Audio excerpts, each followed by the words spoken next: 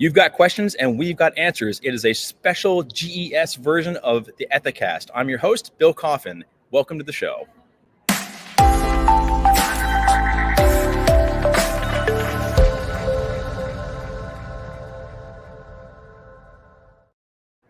Hi, everyone. We're coming to you live from the 15th Annual Global Ethics Summit in Atlanta, Georgia. I'm here with my dear colleague, Erica Salmon Byrne, and we have a special BELA Asks episode for you. One of the great benefits of being a member of the Business Ethics Leadership Alliance is we have a concierge service whereby if you have any questions at all about ethics and compliance, you can submit that question to your engagement director and they can set you up with an Ethisphere subject matter expert, or they can direct you to a resource that will help you answer that question.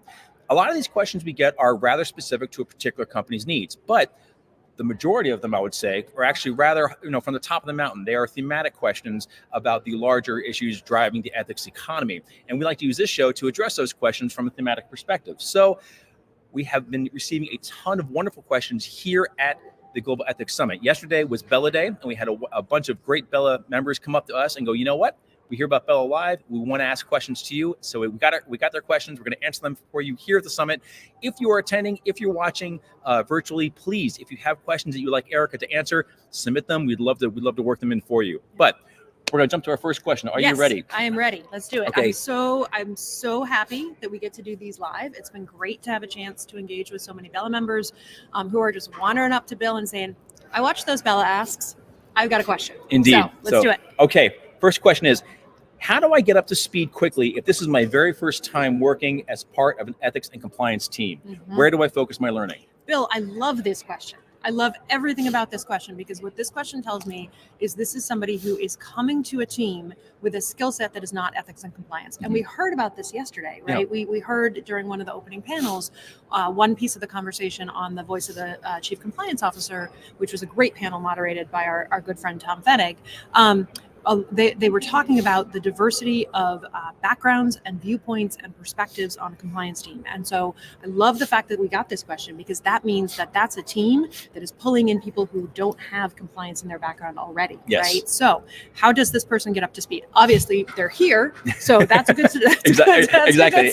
And they're a member of BELA as well. And they're a member of BELA, so right? That's a good start too. But I would point you to a couple of things, right? The number one thing is to really understand the business, right? We talked about this yesterday as a group as well. Know how your company makes money, right? So if you've got that piece under your belt, then it's just a matter of learning the discipline. And there are so many wonderful resources out there. I always start with the regulatory frameworks. So what is, go read the evaluation of corporate compliance programs. It's actually, for a government document, pretty darn readable, right? Sure. So that would be one thing. Talk to your existing compliance team about why they structure things the way that they structure them. Follow subject matter experts, right? Mm-hmm. There is so much content that is available to you, whether it's on LinkedIn or on ethisphere.com. Reading the magazine is a great way to kind of get your feet underneath you. And then there are some people out there in the space who are writing some really great books on kind of basic pieces of compliance program structure, practice, things along those lines. So that would be my advice. Start with obviously understanding your company, because whatever you learn about the discipline, you're going to have to apply it to the organization you work for. Absorb everything you can from the publicly available resources that the government puts out. Mm-hmm. So whether, again, that's some of what we've seen from the SEC. If you are a company that is, and even actually if you're not, because it's still a pretty good document, the HHS OIG guidance on a good compliance program mm-hmm. is, again, very readable, right? Yep. They actually wrote it not for lawyers, which is great. Yep. And then, as I said, the ECCP is a terrific document to spend some good time with. I'm a little bit of a nerd in these things, but I read every DPA that ever gets issued, right? Sure. So every time the government resolves something with a company, that's a great resource. Yeah.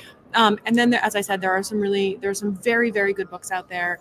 I'm a big fan of Adam Balfour's, recent book that he published. Compliance for Humans. Compliance for Humans is a terrific book.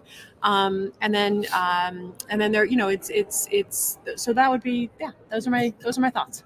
Outstanding. Well, when I got this question, one thing that I noticed is that, and I told the person this, is that the wonderful thing about this particular profession is that I think more than most others that I've come across, the ethics and compliance space truly rewards intellectual honesty and a sense of professional curiosity. Oh my gosh, Bill, that is such a good point. Yeah, because it really is like, look, the compliance industry as a profession, as a discipline, is 20 years old ish. Right? Yeah. Maybe 22. Oh, we can buy ourselves a drink now. We can. We're legal now. We're legal now. And because it's so new, it means there are no sacred cows, right? There are no stupid questions. Yeah. Everyone has learned this within recent memory, and every single person I have met in this particular profession is more than happy to share their expertise. So Absolutely. stop a friend, phone a friend, stop a person. Yeah. Hey, I'm confused about X, Y, and Z. All of that are options. The BELA motto is there's no competition in compliance. Yes. And that is so true about this space. Absolutely. And if I could just offer one more piece of advice, Please. And just because I'm a big fan of this particular asset myself, is if you are truly new to the discipline, be sure to check out the 8 Pillars of an Ethical Culture document that we have. It is a foundational piece of work. It's a great piece of guidance on what those actual pillars are. It's not going to give you a lot of programmatic, very tactical, advice, but it gives you a really good sense of what does a super healthy culture of integrity look like, and you can see yourself, you can see your organization reflected in those pillars, and give you an idea of where do you feel like you're strong, where do you feel like you can work. It's almost like a great gateway towards cultural measurement as well. You read that document, you can get a sense of where you are, and that can kind of give yourself a way to perhaps going down the road of cultural assessment as well. Yep. Yeah, it's a really good point, Bill, because, at the end of the day, and I said this from the stage yesterday when I did my session with Matt Kelvin from the DOJ. That was a great session, by the way. Thank you. It was so good. At the end of the day, what you are doing as a compliance professional is you are managing and mitigating people-created risk, right? And that is the risk that your people are out there in the world doing the stupid thing and not telling you about it, right? Or needing help and not asking for it. So remembering that as you kind of get your feet under you as a compliance professional, you understand people, you're going to be fine, right? That's really the bottom line. Outstanding. Well, Erica, thank you so much for stopping by for answering this question. Absolutely, my pleasure, Bill. And we'll be back. So, BELA members out there, yes, keep the questions coming, okay? And I'll come back to answer them. Absolutely. And in the meantime, if you're interested, make sure to go to bela.ethisphere.com. And then if this is your first time checking in on the stream, be sure to go to our YouTube channel at youtube.ethisphere.com and make sure to like and subscribe. And we'll have plenty more great content coming your way. I'm your host, Bill Coffin, coming to you live from the Global Ethics Summit. There's more to come. Stick around.